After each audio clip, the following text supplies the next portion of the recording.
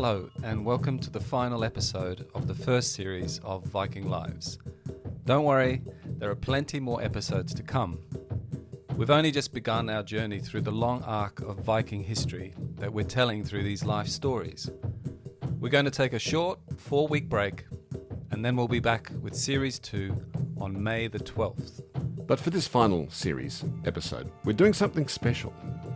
We started Viking Lives with the life of a god, Odin the One-Eyed. And we're finishing Series 1 with the goddess of the sun, the goddess that the pagan Vikings called Sol. And we're doing this because this episode's going out roughly at the same time as the spring equinox is occurring in the Northern Hemisphere.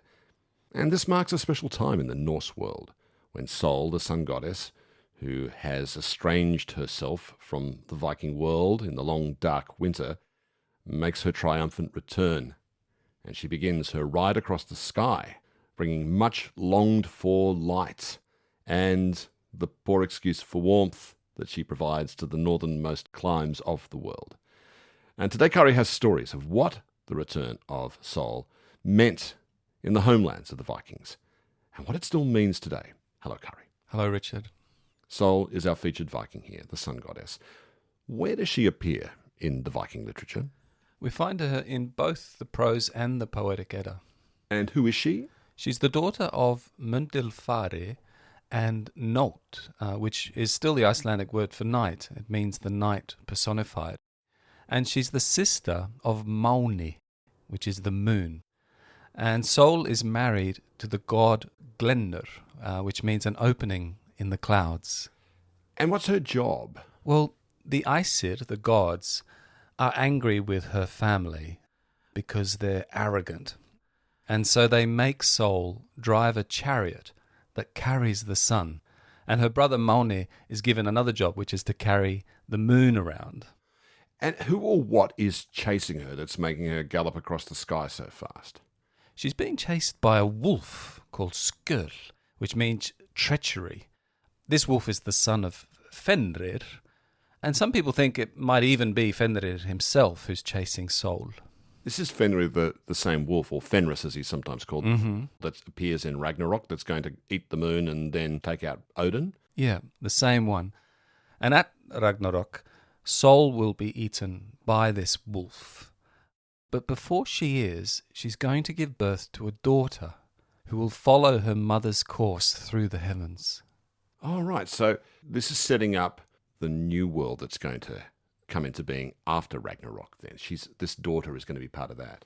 Yes, the hope, yeah. So what does the poetic Edda say about her?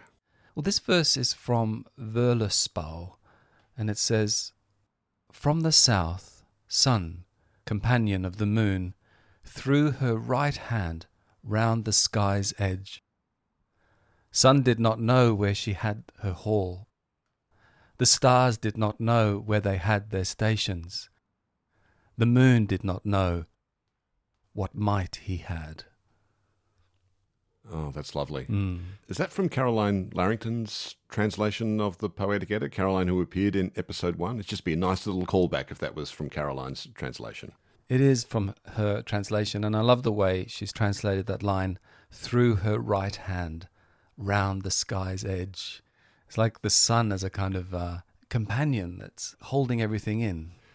Now, I have to say, Kári, as a Australian gringo when I was in Iceland, one of the first things I just couldn't help noticing when I got to Iceland, up into the Norse world, during the winter, is how cold it is. That did strike me at the time. The deep cold that's there, the cold that is so cold your face freezes within the first minute of stepping out of the car. It's so cold it actually sort of I think it made both of us laugh. We were just kind of laughing at how ghastly it was. Yeah. Was it the same degree of cold in the Viking era around about 1,000 years ago? Well, we know that when the Viking expansion was taking place in the 8th century and the 9th century, it was milder than it was later in the Middle Ages. Something like the weather that we have there now. I know this is probably not what you want to hear, Richard, but it's currently quite mild in the north. And it was similarly mild when the Vikings were beginning to sort of go to countries like Iceland and Greenland and settling there. So they had better weather, and that made that expansion possible. I remember reading, though, about the Greenland settlement that got off to such a flying start. It eventually petered out because the world up the north got colder and the Greenland settlements became ice barricaded for longer. Was that true across the whole of the Norse world once we get into the high Middle Ages? Yeah, by the time that the sagas are being written down on manuscripts, so they're being changed from oral stories to things that are being kind of recorded by clerics, by monks, they're living in a colder world. There's a freeze on, and the weather is worse than what we experience in Iceland today. And not just the winters either. The summers were cold as well, which of course meant it was harder to grow crops.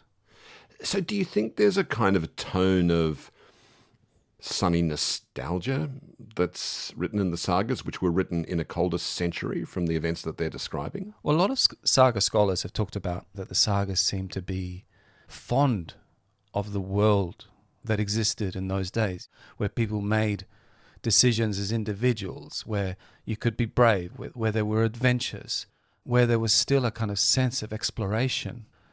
And you do wonder, don't you, whether part of that wasn't to do with the weather. You know, they were looking back at a time when it was warmer, and that sort of allowed you to do more. You know, the glory of the Icelandic sagas is that they record in such beautiful precision the affairs of the heart, the troubles within families, the incredible violence, the passions that ruled them, the kings that came and went from Norway. The thing that is not in the sagas, though, is there's not much mention of the volcanoes, the glaciers, the dark winters, the most dramatic, what seems to me to be the most dramatic elements of the Icelandic landscapes, almost never mentioned at all. Did anyone ever write down and say, God, it's so cold here and dark all the time. I'm just going to sit in my longhouse and drink mulled wine for 3 months? Is there that kind of reaction to the cold of the winter dark? You get a sense that there was danger in cold. You know, so you do have scenes where people are caught out in the cold.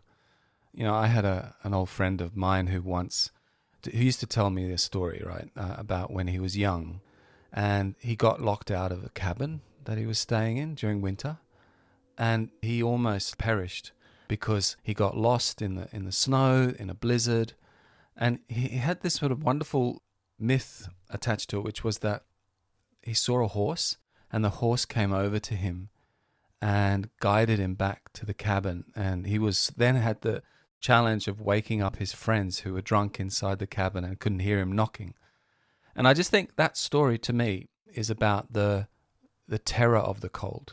Like if you get caught outside and you can't get to shelter, then you will perish. And I think there's a bit of that in the sagas as well. There's a sense that people can get caught out by the weather, and that for that reason, it's really important that if someone does come and asks for help, you have to let them in. That's like the inverse of Australia, isn't it? Yeah. Australia, which is ringed in the coastal regions with these lovely lush lands and landscapes, that's where the big cities are.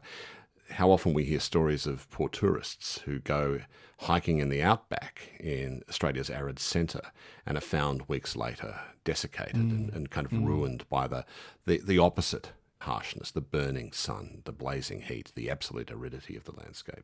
Do you often see that kind of weird inverse mirror or a kind of a strange similarity in those kind of travellers' tales with Iceland and Australia? Yeah, and you do unfortunately hear stories of people who get caught in the snow and then do the one thing you mustn't do, which is leave your vehicle and go for a wander in the fields thinking you'll get to the farm that looks really close but turns out to be too far to reach. And people sit down and they go to sleep, and that's it. That's the way you die in the cold. You just fall asleep.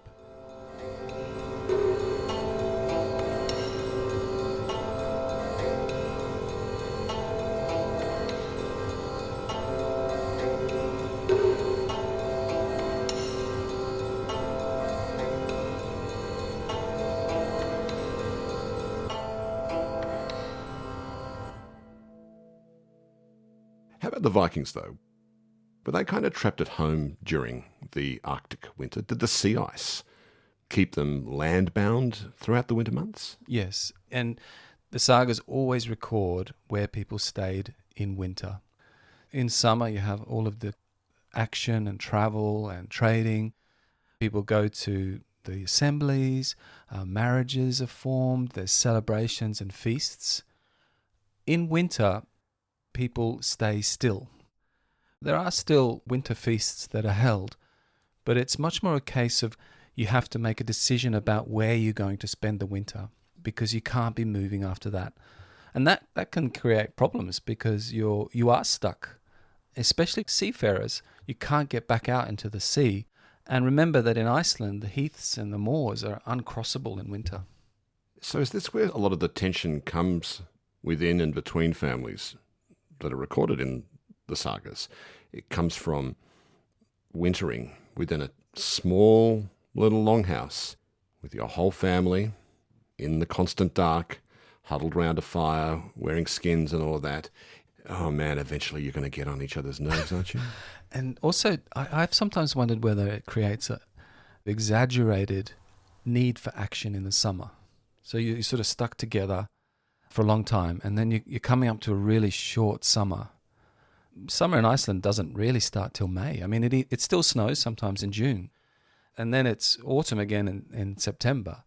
I think there's this sort of urgency to make the most of summer, and I wonder whether that release also creates violence sometimes. That rush to rampage across the warm world to compensate for being locked up in your house for months. Would people literally be locked up in their longhouses for weeks at a time during the winter? Well, storms can trap you completely. In Iceland, storms can take 3 to 4 days to pass. In Australia, we think of a storm as maybe something that builds up in the afternoon, and then you get an hour of like intense like storm activity, and then all of a sudden it's gone. And it's a beautiful feeling, isn't it, after the storm? The stillness and freshness that comes through. In Iceland, it's more about wind, so you'll get a storm front and winds of 100, 150 kilometers an hour that last for days. And you if you go outside, you literally are blown over. Have you ever been caught in a winter storm outside?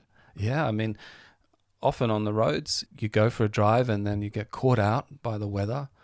And it is terrifying because you don't know if you're going to get home. You can only see 2 or 3 meters in front of you. And the world loses its shape. It just becomes a white veil, but it's full of menace and violence. How about being outside of the car? Have you gone out in winter for a walk to the shops? I mean, I know you lived in Ísafjörður in the northwest fjords of Iceland for a while. You and your wife, Orlando, lived there together for a while, where you taught at a local school there. Did you ever get caught in the middle of winter going for a walk to the shops or something by some sort of ghastly storm? Yeah, I mean, a couple of times. Every Tuesday afternoon there was the teachers' volleyball competition. So, indoors or outdoors? Indoors, thank goodness. So we joined the volleyball team, and then just during the volleyball game, the weather went from being quite nice to absolutely unbelievably rough. So rough that you could barely walk. But we thought we were only about 500 meters from home, so we walked anyway. And we couldn't move. We got stuck. And thankfully someone stopped and just threw the door open and said, "Jump in," and drove us home. And on another occasion, I got caught in the wind, but it was also icy that day. And I was walking down a hill, and all of a sudden I slipped. And I began a very, very sort of slow slide down the hill. But I noticed that as I was sliding down, I was starting to move more into the center of the road, and I was losing control of it. So my strategy was to start swimming. So I was swimming in the middle of the road. Well, then I saw the headlights of a car coming down the hill, and I thought, this is it. I'm going to die swimming in the middle of an ice road. But this woman, once again, just sort of stopped next to me and opened a door, and I had to swim across to the door and pull myself up into the truck. And then she said, "Do you want me to drive you to the school where I was working?" And I said, "Would it be okay if I went home first?" My next question for you is a double-barreled one. Did the Vikings have volleyball to distract them during the winter months? And if not, what did they do to distract themselves during the winter months? Well, they did have a winter ball game that they played on ice with bats. We don't know exactly what it was like, but it sounds a bit like ice hockey with a ball, and you took it in turns to hit the ball. And you also tried to sort of take out your opponent at the same time. It was a combination of combat and a ball game played on ice. Yeah, I was wondering when you said take out if that was a euphemism for murder your opponent. Was it, in all seriousness? Yeah, it often descended into something more like other things Vikings do. Another one was horse wrestling. So they would have horses fight each other. What? Really? Yeah, and what you did at the same time is you could hold a stick and sort of whack your opponent while the horses were fighting. And obviously this led to fights and to feuds as well.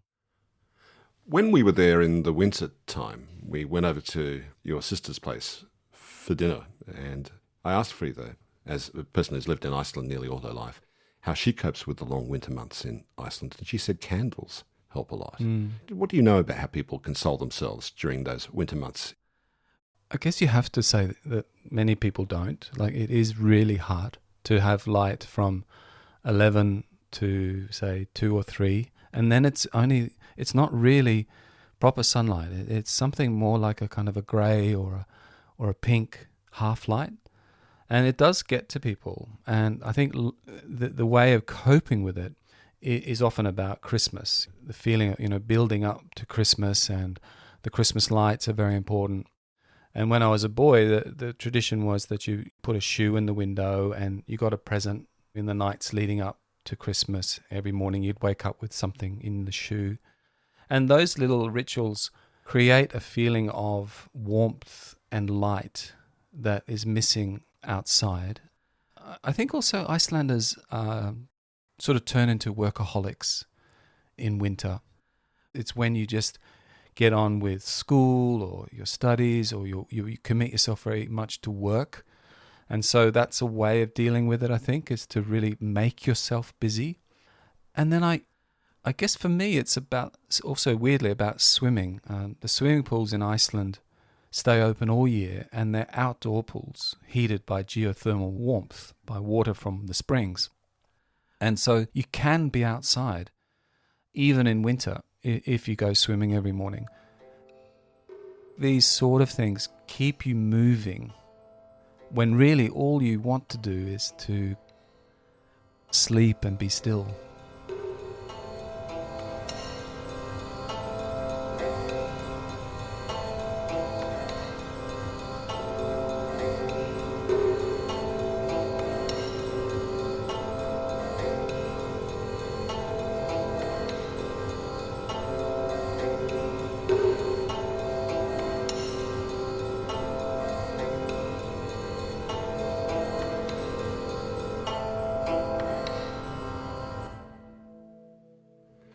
In Iceland, you still have this pagan winter ceremony called Thorblot. What is this ceremony? It's something that was revived, I think, in the 19th and 20th centuries, when Iceland was beginning to reconnect to its origins, when the modern state of Iceland was coming into being. That was a really pivotal moment in Iceland's history, because for a long time Iceland was a colony of Denmark's. And in the 19th century, Icelanders begin to assert their own rights, the right of Iceland as a state of its own. And part of that is going back to the old things. The sagas became really important again.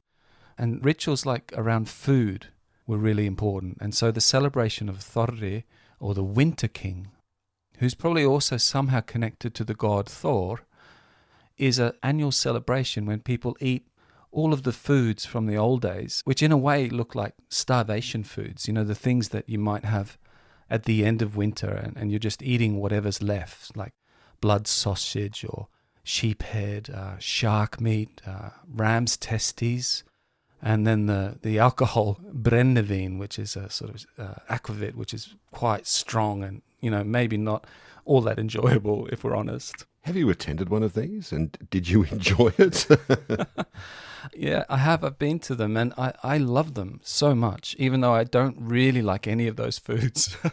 So it's the feeling of kind of connecting back to how people lived in the old days and what they ate. And there's a lot of singing, and people put on like entertainments, like different acts. Everyone has an act that they put on. And everyone comes together in a hall. And often workplaces will hold them. So everyone from work goes to a Thorrablot or a family one or something like that. So there is such a warm feeling of community and belonging and history at these events. It's just a shame about the food. Is the point to remember the starvation food? Yeah, the point is to remember that winter is dangerous, especially the end of winter. So just when you're coming up to spring and there's more food on the way, there is that period between the stores being run out and the new food arriving. And that is a dangerous time. And I think when we go to Iceland these days, we forget how poor Iceland was, and that in the 1700s, people were even doubting that Iceland could survive as a country, that it might go the way of the Norse settlement in Greenland, and that it just wouldn't be feasible. Like I said earlier, you spent much of your boyhood in Iceland, but you moved back there for some years with your wife Orlando years ago to Ísafjörður in the Northwest Fields. Now, Orlando's from tropical Queensland, part of Australia famous for its crocodiles and pythons and its intense jungles, an amazing part of the world, incredibly beautiful. I'm really touched whenever I talk to Orlando about her time there in Ireland, because she talks about it with such real love and affection. She loved her time in the Northwest Fields. Why do you think she loved it so much? When we first arrived, it was quite difficult in a way because we didn't know anyone there and Orlando didn't have a job. And I had asked her to please not work at the fish factory. I just couldn't bear the thought that I would ask Orlando to move to the northwest of Iceland with me, and then, that she would then have to work in a fish factory, because that's sort of where the jobs are always, there's always jobs in the fish factories, right? And if you don't speak Icelandic, it's quite hard to get a different type of job. And so after 6 months, and she still didn't have a job, and she was sort of going a little bit crazy because it was midwinter, and she was just sort of stuck at home. She did finally put in a job application at the fish factory. And so she got a job making sushi. And the other women at the sushi factory were from Poland and Germany, and then most of the women were from Thailand. And it was this most incredible community of women who laughed and sang and told stories, and were all kind of outsiders in Ísafjörður, but bonded as they were making fish. And she just loved those people. She just loved the feeling of being part of this group of women who had sort of ended up probably somewhere they'd never imagined that they would, on the very edge of the world in Ísafjörður. And I think that was the beginning of something for her, the beginning of feeling connected to this village, even though her way of connecting was with other foreigners initially. And then gradually she began to meet other people outside of the sushi factory and became part of this community. And even though, Ísafjörður is a small town, 3,500 people, but we've never been busier than we were there. You're invited to everything. And in order for things to happen, everyone has to do a bit of everything. You can't just do your job. Like the other things in the village will never get done if people only do the one thing they're employed for. And so everyone's really busy and connected in that way. I went with you to Ísafjörður in high summer and I loved it. It's probably one of my favourite parts of Iceland. Does the sun get above the horizon at all during the depth of winter in Ísafjörður? The town itself is surrounded by very high mountains, very steep mountains in a fjord. And so the sun never gets high enough to get over those mountains from around November through to February. So not only is it dark, you don't actually get to see the sun at all. And so it's a particularly difficult place to spend winter. And so what's the sense of anticipation like for the re-emergence of the sun? People wait for it. People think about it all through winter.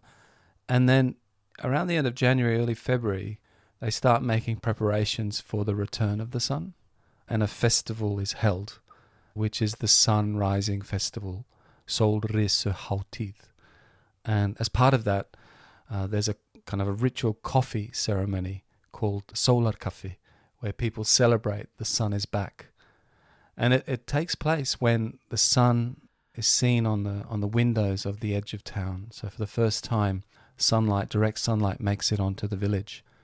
And then you feel as though you've gotten over the worst of winter, because cold is not the worst thing. The worst thing is feeling cut off because of the darkness. I remember you showed me that building. It's like a tin and timber building in the little town of Isafjordur. Yeah. And there's this one, you said it's this upper corner of almost like a tiny triangle, and everyone just waits for the sun to hit that one day. It's like a light going on the whole town. Yeah. That's a great way to put it. Suddenly the light comes on in the window. And when that happened, what did that feel like for you and Alanda to see that? We had such a fondness for Isafjordur, but at the same time, we felt as though it was a place that was really apart from everything else. And so when the sun came back, it did feel as though the world was back as well, and that we were rejoining the rest of Iceland. That ceremony you talked about, which I think translates as sun coffee, that unfolds once that light hits that tiny square of a building on the spit at Isafjordur. What happens during sun coffee? Well, at the school where I was working, it was all led by the kids. They sing songs and you make special pancakes, sunrise pancakes. And there's a parade. The kids walk through town to celebrate the arrival of the sun. And I think what's really happening is that it's a kind of a waking up. Everyone feels as though it's morning again.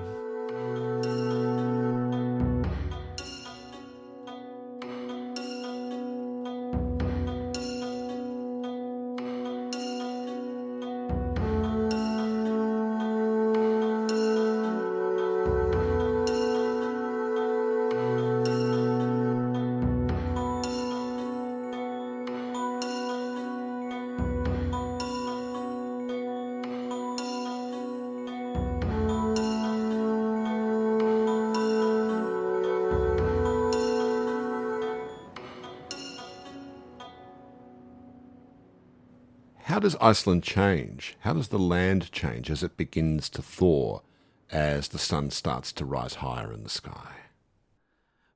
In winter, the grass is very yellow and brown, and wherever you walk, the soil is hard, cold or frozen soil underneath you. And then as you get to spring, everything softens. The soil softens, and you see the green returning to the base of the grass. And the fields become so green, it's like they're stripes of licorice all sorts. And then all of a sudden, in late May, sheep are allowed into the hills.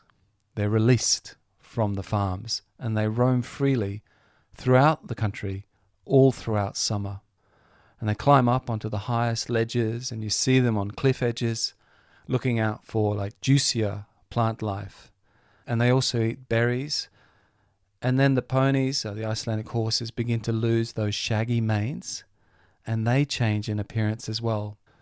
And then there's bird call, and the light returns, and suddenly you can stay out all evening, There's this sense of luxurious time that comes with spring and the first bits of summer.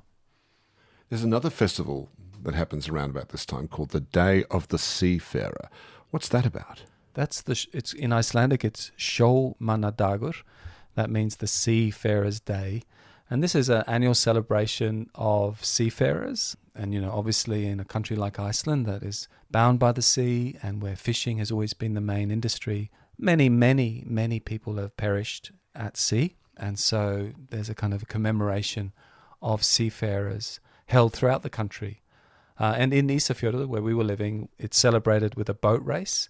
And one of them is between the teachers and the students. So I was in the teachers' team. And we're given traditional rowing boats that were once used for fishing. 8 people sit with an oar each and row out into the deep water. And so you can imagine how dangerous that was as a profession, to row out and do your fishing from rowboats. Is the water still like a kind of a giant slushy at this point, or is it actually kind of clear, free-flowing water when you're having your boat race with the students? It has like thawed at this point, but it's still very, very cold in the water. You wouldn't want to go in, and it's long days by this point as well. So we would actually train during the evening for the boat race. You were training. So there's a lot at stake here then, the teachers versus students. Like you have to win, surely, don't you, if you're to retain your dignity and the respect of your students, I would think, Kári. Well, you at least want to be reasonably competent. And so we were training 2 or 3 times a week and taking it quite seriously. And so, yeah, you do want to at least have a chance of winning. And did you win? Well, it was looking like we might, but it didn't go so well on the day. We had a maths teacher who didn't like rowing, so he was going to be the coxswain, and we knew that he would be good at this because he was a maths teacher. He could count. Yeah, he could count. But he was very shy and rather awkward man, and certainly not physically capable. But surely he would be able to count us so that we would have a nice even rhythm. But unfortunately, on the day of the race, he got really excited and nervous. And he lost count, and he actually started to change the pace that he was counting for no reason. It would get fast and slow and fast and slow. And so before you knew it, we were rowing all over the place, and we couldn't keep a straight line, and we lost the race.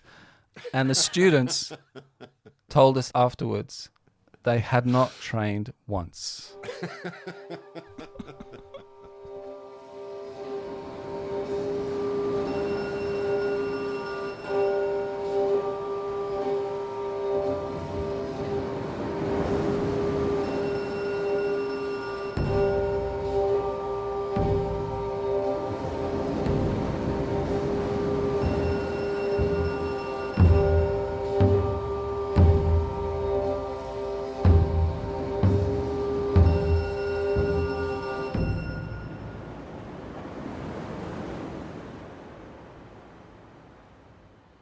Around about this time, further north, getting up close and right up into the Arctic Circle and in northern parts of Norway, ice floes are starting to break away. And I remember asking you while we were driving around Iceland one day, whether you have any polar bears in Iceland. And you said, well, once in a while, sometimes they float in from the north on one of these ice floes, like a barge, and then they sort of step off onto the Icelandic mainland. What happens in Iceland once a polar bear sort of clambers ashore from an ice floe onto Iceland? Well, that's when the nation has to decide, what to do about the polar bear. In 2008, there was news of a polar bear that had come off the sea ice and probably swum quite a long way as well. It was spotted by a young girl who just happened to be out walking her dog when she saw a polar bear. And, the nation had a debate what to do about the polar bear. Do you try and catch it? Should it be euthanized? What do you do with a bear? And you can't just leave it to wander around, can you? Because it's going to eat your sheep or hit you a little girl and a little dog too, quote unquote. You can't just leave them to wander around helping themselves to the sheep, can you? No, and they are also a danger to humans. Polar bears will attack people, especially a hungry, maybe sick, lost bear is going to lash out. But these bears are, for all that, they are kind of adorable. How popular did this bear become back in 2008? Well, people rush to go and see it, a bit like people in Iceland rush to go and see a volcano when one goes off.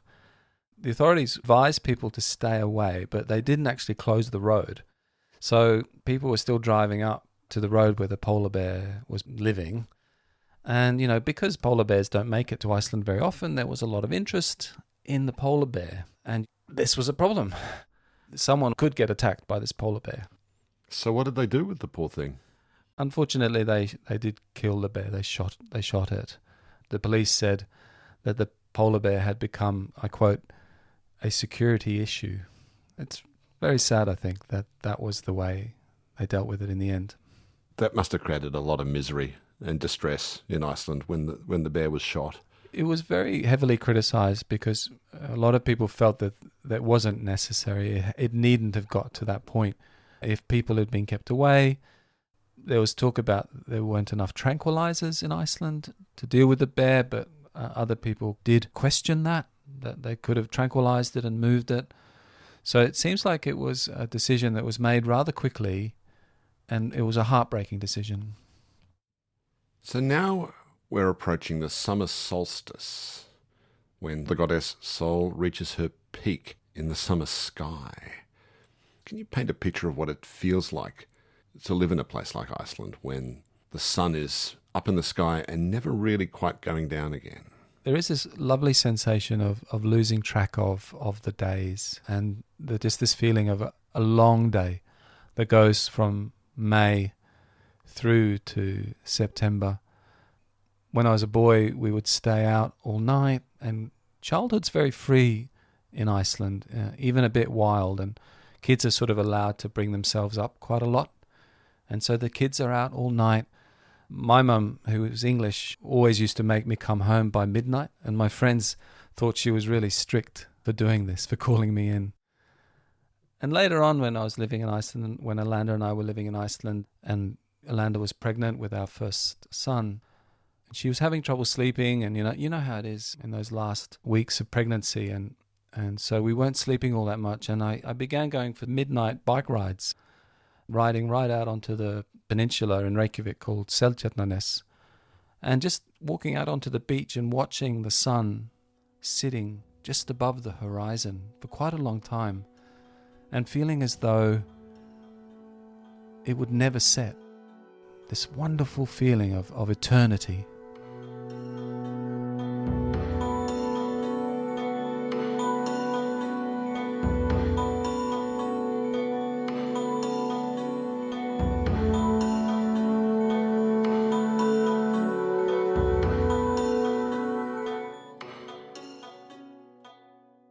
I was reading how the midsummer works, the famous Swedish midsummer ceremonies that they have.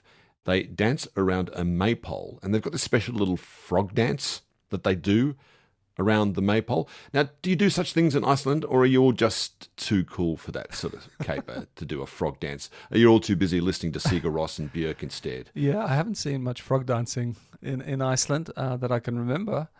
But one of the things that does happen is that people go out into the countryside in summer. A lot of families who live in Reykjavik have their home farm where their family originally came from. And when I was a kid, I was sent out into the countryside to do farm work as well. And that's a really special time for kids, because suddenly they're not surrounded by buildings and traffic and noise and busyness. There's a different time in the country that is about the rhythms of the land and what work needs to be done. So sometimes you stay out all night bringing the hay in and stacking hay. And I think that's something like a celebration in itself, that feeling of being involved in work. So after the harvest, we approach the autumnal equinox. September, the days are starting to shorten again. And traditionally, this is the time of something called the Charioteer. What is that? So, as I said before, the sheep in Iceland are allowed to roam freely in summer, but then in September they need to be brought back down off the hills and the moors and the heaths and the cliffs and gathered up into sorting pens. And Réttir is the sheep gathering, the ritual of bringing all of the sheep back down into the valleys and then sorting them out so that they can be transported back to their actual farms.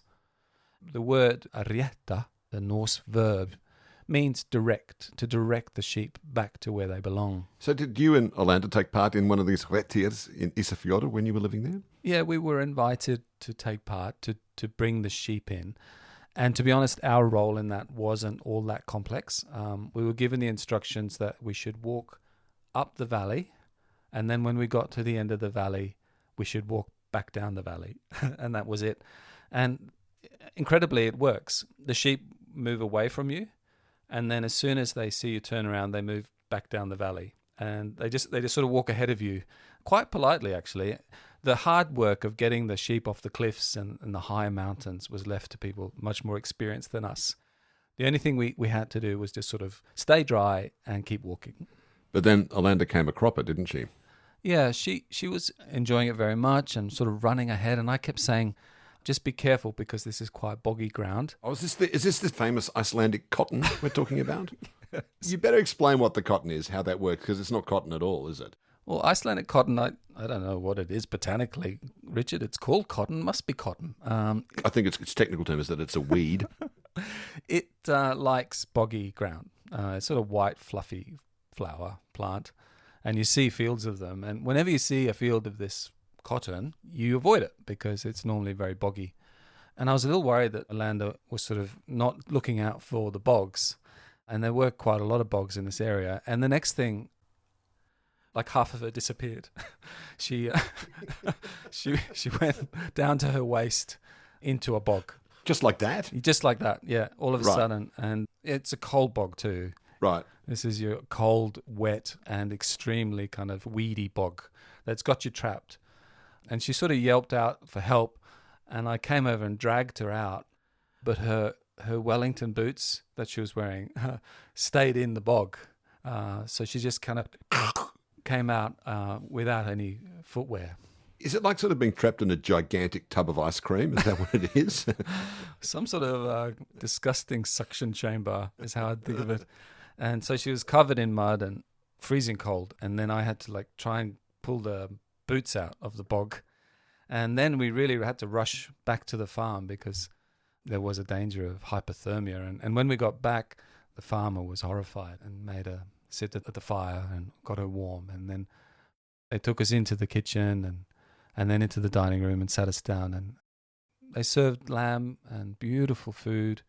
And everyone came in, all the different shepherds and people who'd been working on the gathering. Soon were filling the living room. And one of the farmers came over to me. She'd been cooking and she put her hand on my back and we laughed about being caught in the bog. And then she said, "Aren't you glad to be home in Iceland?" And I was very happy to be there.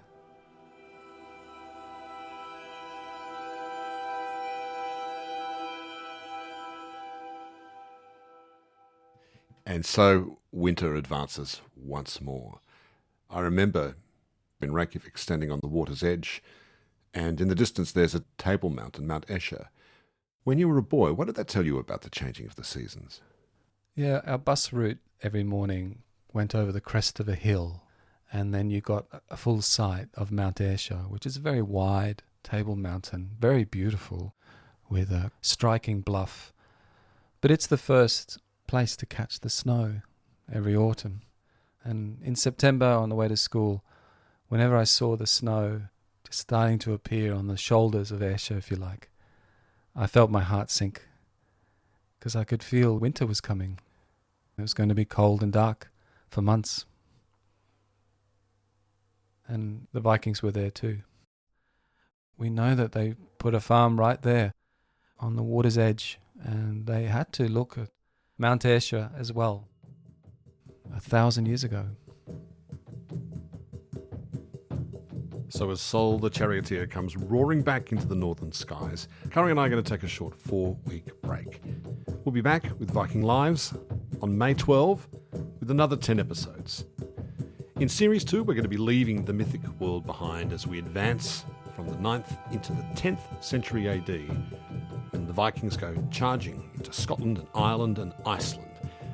This is the era of Harold Finehair, Oath the Deep-Minded, Melkorka the Silent, and an unknown Viking warrior who was dug up from the grounds of Prague Castle.